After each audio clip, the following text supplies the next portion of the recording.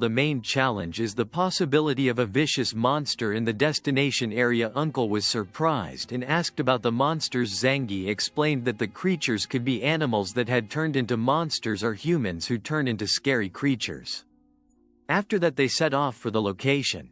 Common goal at TN King Academy.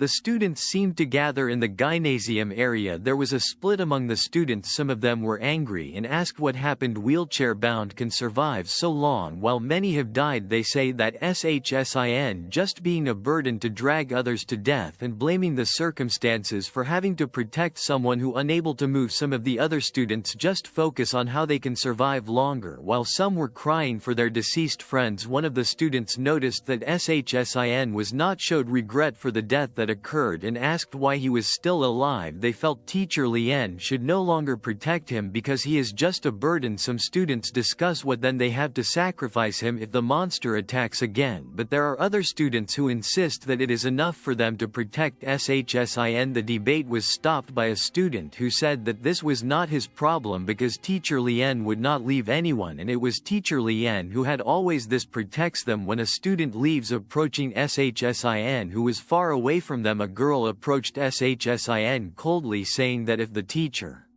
Lien didn't let her go then she should just go to hell without burdening others. The girl cried without giving a response while other students agreed with the opinion and shouted from a distance. Only friends SHSIN who defended and stepped forward said that he was the only one who always carried SHSIN without help from the others, but the rich girl replied that the Sinsen friend should not speak because she came from a rich family while his friend is just a poor student who got in because of a scholarship. His friend argued that everyone has the same rights, but the rich girl still insists that they will never be equal. Rich are more powerful and more important. According to him, SHSIN only has value because he comes from a rich family and influential despite being wheelchair-bound. The girl argued that Shinshin should lose his position because become a burden to Shinsen's friends who continue to defend him.